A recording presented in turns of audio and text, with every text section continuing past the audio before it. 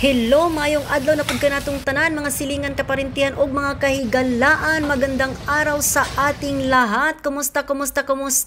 Sa mga returning viewers pala natin, thank you. At sa mga new viewers natin, welcome kayo dito. So for today's video ay gagawa tayo ng pangkugihan na merienda o pang masipag na merienda na itatago natin sa pangalang empanada. Wow naman sa empanada. So before tayo makagawa ng ating empanada, of course, mamimili muna tayo ng ating mga sangkap. So nabili ko pala ang aking mga sangkap sa tindahan ni my friend again, at nakabili ako dito ng carrots, patatas, ground chicken, at many more. Hoy, sa mga many more. Para namang ang daming binili. So ayan, matigas ang aking chicken, white chicken, kasi na-compare ko na ang chicken at yung ground pork.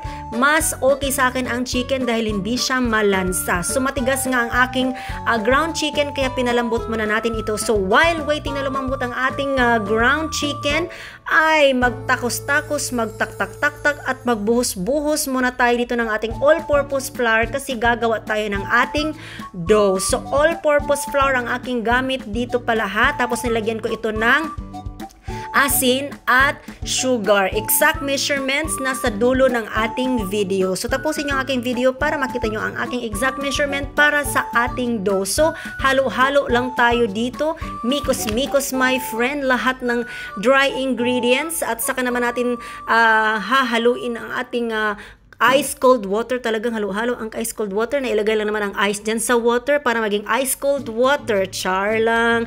At ayan, all-purpose flour pala ang aking gamit dito kasi nasubukan ko na gumamit ng ibang flour. Matigas ang resulta ng aking empanada. So ayun, gagamitan natin ito ng matigas din na butter. Everything is matigas, char.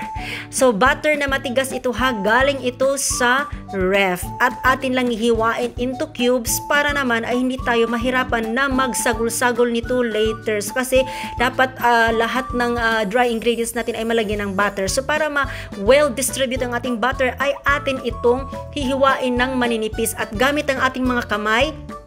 Dahil wala naman ako ditong mga machine na pwedeng gamitin sa paghalo-halo ng ating dry ingredients, ng ating dough, ay kakamayin ko talaga. Lisod puro atong tiilon, no? Atong tiilon ning atong dough. So ayan, so kamayin talaga at ipipress-press ito hanggang sa ma-distribute ang ating tawag nito, yung ating butter. So para naman ay ganahan kayo na magkumot-kumot nitong ating dough, ay isipin nyo ang mukha ng inyong mga kapitbahay na mga marites, kasi para ibunton nyo dito yung galit nyo sa kanila, ay kasi kumot-kumot to, diba? Ang sarap kumutin ng mga simod ng mga ganyan. So para may exciting naman ang ating ginagawa dahil syempre, diba? So ayan, so kumot-kumot lang din, ihalong mabuti para ma-distribute evenly ang ating itlog. So sa mixture ko na ito, isang itlog lang ang kailangan ko. Okay? So ayan, so dahan-dahan nating buhusan ng tubig.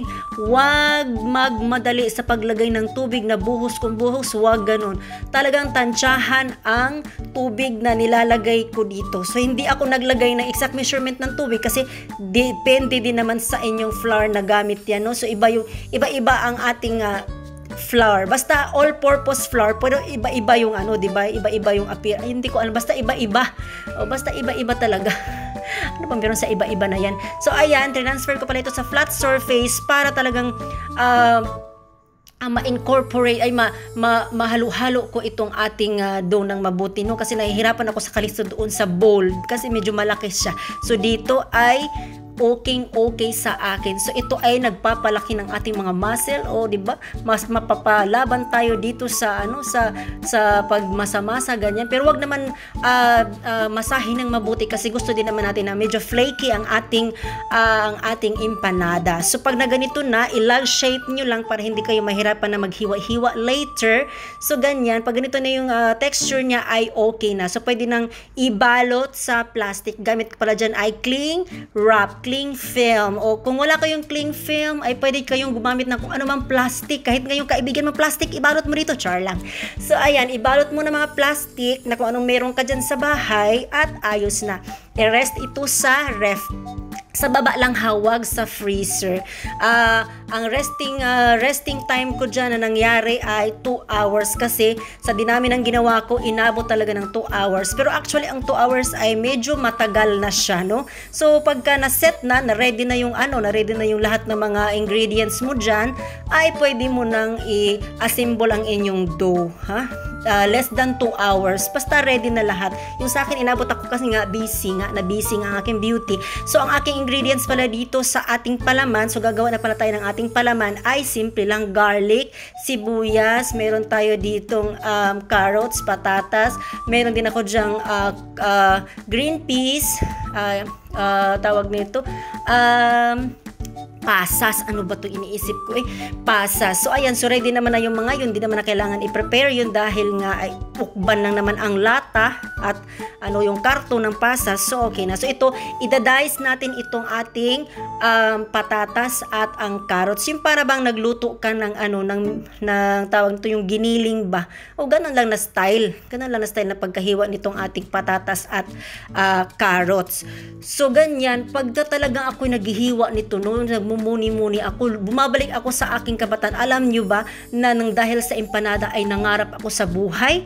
O kasi natikman ko ito na siguro mga 8 years old ako na natikman ko ang empanada. Talaga namang tumatak sa aking isip na napakasarap ng pagkain ito. Amazing kasi meron ng tinapay, meron ka ng karne, may gulay, may cheese at may pasas pa. O diba bongga? Kaya nung kabataan ko talaga ako'y nangarap na paglaki ko someday kakain ako ng madaming ganun. Pero syempre hindi pala madali ang trabahong ito dahil mahal pala ang mga ingredients din ito. Diyan sa Pilipinas mahal ang ingredients. Pero nung medyo nakaluwag-luwag, naka-LL at inaral ko talaga itong mabuti dahil nagustuhan ko naman talaga tumatak sa aking isip, ay talaga namang nakuha ko ang lasa na parang bumabalik ako. Yung lasa, nakuha ko talaga yung lasa sa nung natikman kong empanada dati. So ayan, ready na ang aking yung aking ground chicken. So hugasan lang natin tong mabuti dahil hindi naman natin alam kung paano hinandle to somewhere, no? So hugasan at patiktiking mabuti, yung well drained natin ito at lulutuin na, i-start natin siya magluto. Pag ako talaga ang nagluluto ng ganito, hindi ko kaagad nilalagyan ng mantika. So gusto ko kasi na ma-dry muna yung karni natin, na totally dry na siya, na mawala na siya ng tubig. Saka ko naman idadagdag ang ating yung ating sibuyas at ang ating bawang. Saka ko naman i-sprinkle ng konting mantika lang na hindi siya didikit sa ilalim. At isasabay ko na rin ang ating gulay na carrots at patatas para sabay-sabay sila na lumambot at maluto. So while waiting doon, atin naman itong asikasuhin itong ating itlog na hinard-boiled natin kasi meron tayong hard-boiled egg na ipapalaman din doon sa ating empanada. So cubes lang din ito. Huwag masyadong malakihan ang pag-cubes nito kasi mahihirapan din kayo na magsarado later, no? So ganyan lang nakalaki ang itlog natin dapat. Ayan. So sumobra yan doon sa aking nagawang empanada. So ang aking timpla dito ay oyster sauce lang, soy sauce, ground black pepper at syempre yung ating pampalasa na hindi ko ipapakita kasi hindi naman sponsor natin ito, char lang.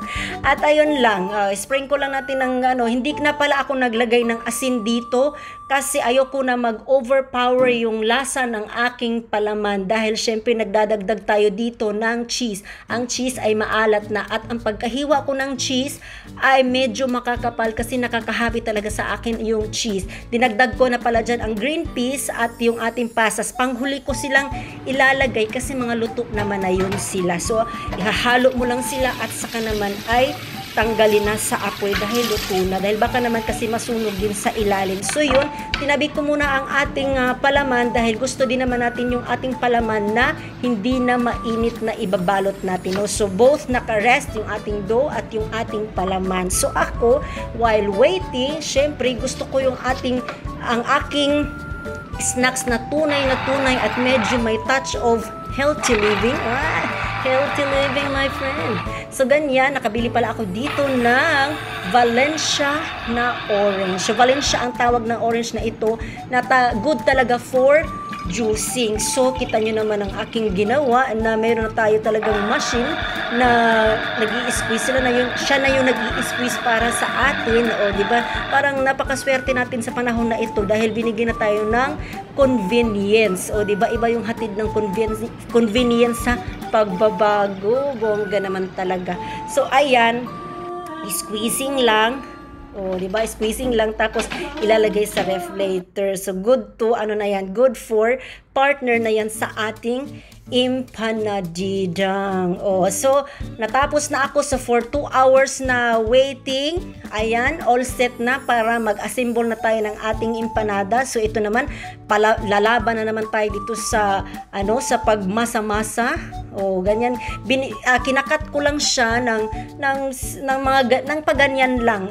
Sa tingin ko itong ang aking pagkahiwa hindi talaga to perfecto dahil wala naman ako yung weighing scale.